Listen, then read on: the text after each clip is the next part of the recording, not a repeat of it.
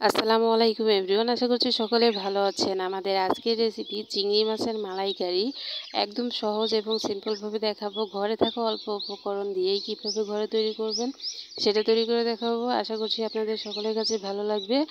আর আমার ভিডিও যদি আপনাদের কাছে ভালো লেগে থাকে তাহলে অবশ্যই আমাকে একটু কমেন্টস করে, লাইক করে, চ্যানেলটিকে সাবস্ক্রাইব করে নোটিফিকেশন অল করে রাখবেন। তাতে সমস্ত নিত্য নতুন রেসিপির ভিডিও কিন্তু আপনারা পেয়ে যাবেন। আর ঈদে কিন্তু ট্রাই করতে পারেন, একদম সহজ। চিংড়ি মাছের মালাইকারি রান্না করার জন্য কি কি লাগছে, প্রথমে আমি এখানে 7 পিস চিংড়ি মাছ নিয়ে নিয়েছি। আর মাথার সাইড থেকে আমি একটু কেটে তারপর ভিতরে যে ময়লা থাকে সেই ময়লাটা বের করে ভালো করে পরিষ্কার করে নিয়েছি। আর চিংড়ি মাছের যে খোসাটা আছে সেটাকে আমি ছাড়িয়ে লেজের থেকে আমি সামান্য একটু রেখে দিয়েছি। আর চিংড়ি মাছের যে পিঠের দ্বারা যে একটা শীট থাকে সেটাকে আমি বের করে খুব সুন্দর করে ধুয়ে পরিষ্কার করে নিয়েছি। তারপর আমি সামান্য লবণ এবং হলুদ দিয়ে হাত দিয়ে খুব সুন্দর করে মেখে নিব।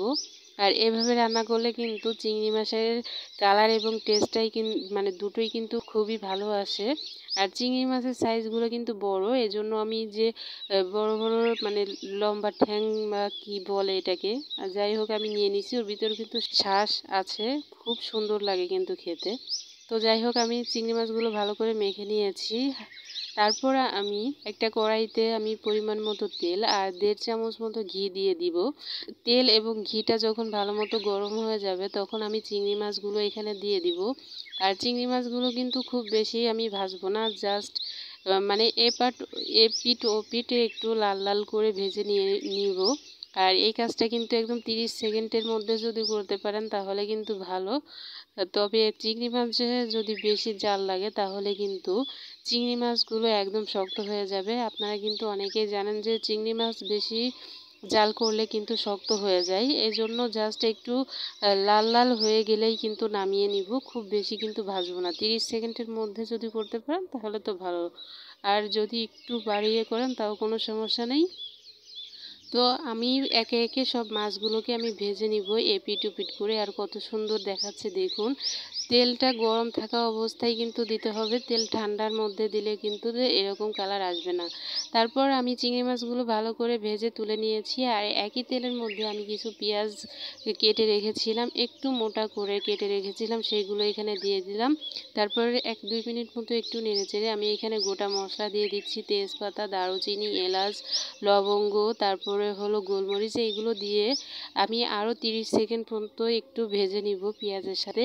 যতক্ষণ না ফ্লেভার বের হচ্ছে মশলা থেকে ঠিক ততক্ষণ পর্যন্ত কিন্তু পেঁয়াজটাকে ভেজে নিতে, মানে জাস্ট 30 মিনিট ভেজে নিলেই হবে। তারপরে আমি দিয়ে দিলাম 1/2 কাপ পেঁয়াজ বাটা। আর আপনারা যত মিহি করে পেঁয়াজটা বেটে, গ্রেভিটা কিন্তু মানে চিংড়ি মাছের গ্রেভিটা কিন্তু ঠিক ততটাই ভালো লাগবে, মজা লাগবে।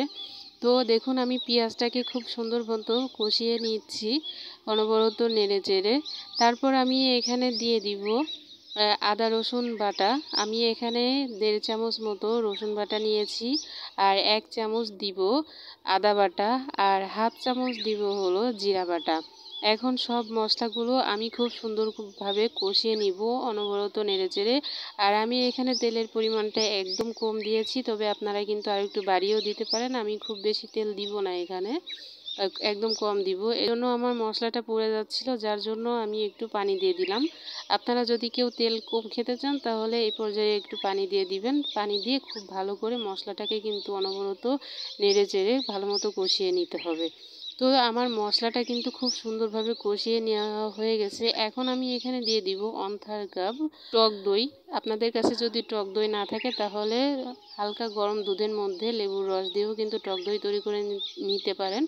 আর টক দই যে পাত্রে ছিল সেটা ধুয়ে আমি একটু সামান্য পানি দিয়ে দিলাম। তারপর দিয়ে দিব 1/2 চামচ লবণ, তারপরে 1/2 চামচের মতো হলুদের গুঁড়া, আর 1/2 চামচের একটু বেশি দিব মরিচের গুঁড়া। আর এইগুলো দিয়ে খুব বেশি নাড়াচাড়া করতে হবে না, জাস্ট 30 সেকেন্ড মতো একটু মানে মশলার সাথে কোনো রকম একটু মিশে গেলেই কিন্তু হবে। তো আমি নেড়ে চেড়ে আমি খুব সুন্দর করে মশলাটাকে মিশিয়ে নিয়েছি।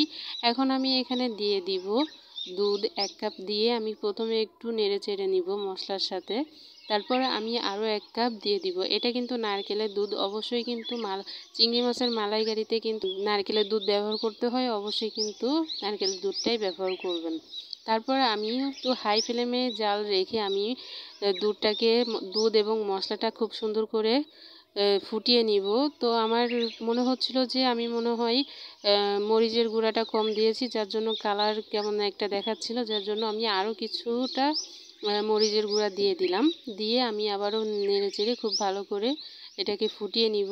যখন ফুটে যাবে মশলা এবং নারকেলের দুধটা, তখন আগে থেকে যে চিংড়ি মাছটা আমি ভেজে রেখেছিলাম সেটাই এখানে দিয়ে দিব।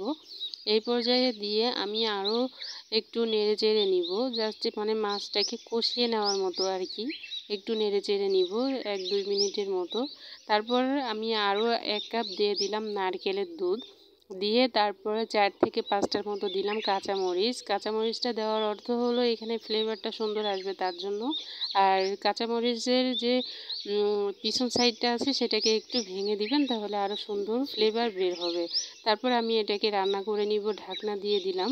রান্না করে নিব বেশ কিছুক্ষণ পর্যন্ত, যতক্ষণ না পর্যন্ত ঝোলটা গাঢ় হয়ে যাচ্ছে ততক্ষণ পর্যন্ত কিন্তু রান্নাটা করে নিতে হবে।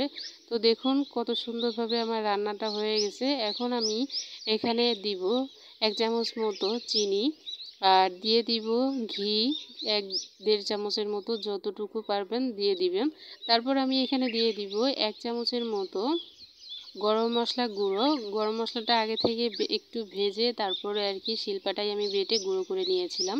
তারপরে এখানে সব কিছু দিয়ে আমি ঢাকনাটাকে ঢেকে দিয়ে দিব। আর চিনিটা দিয়েছিলাম হলো চিংড়ি মাছের মালাইকারিতে কিন্তু একটু মিষ্টি দিতে হয়, এই জন্য 1 চামচ মতো চিনি দিলাম। চিনি দিলে যেটা হয় মিষ্টি আর ঝালের একটা ব্যালেন্স তৈরি হয়ে যায়, সুন্দর লাগে খেতে। তো তারপর আমি আবারও 2-3 মিনিট পর্যন্ত আমি ঢাকনা দিয়ে ঢেকে রেখে দিব, জাল করব। তারপরে চুলাটা বন্ধ করে তারপরে আপনাদেরকে আমি পরিবেশন করে দেখাচ্ছি। দেখুন মাশাআল্লাহ অনেক সুন্দর লাগছে, অনেক লোভনীয় লাগছে। আপনারা কিন্তু বাড়িতে অবশ্যই ট্রাই করবেন আর আমাকে কমেন্টস করে জানাবেন। সবাই অনেক ভালো থাকবেন, সুস্থ থাকবেন। আল্লাহ হাফেজ। ঈদের সবাইকে অনেক অনেক শুভেচ্ছা। ঈদ মোবারক।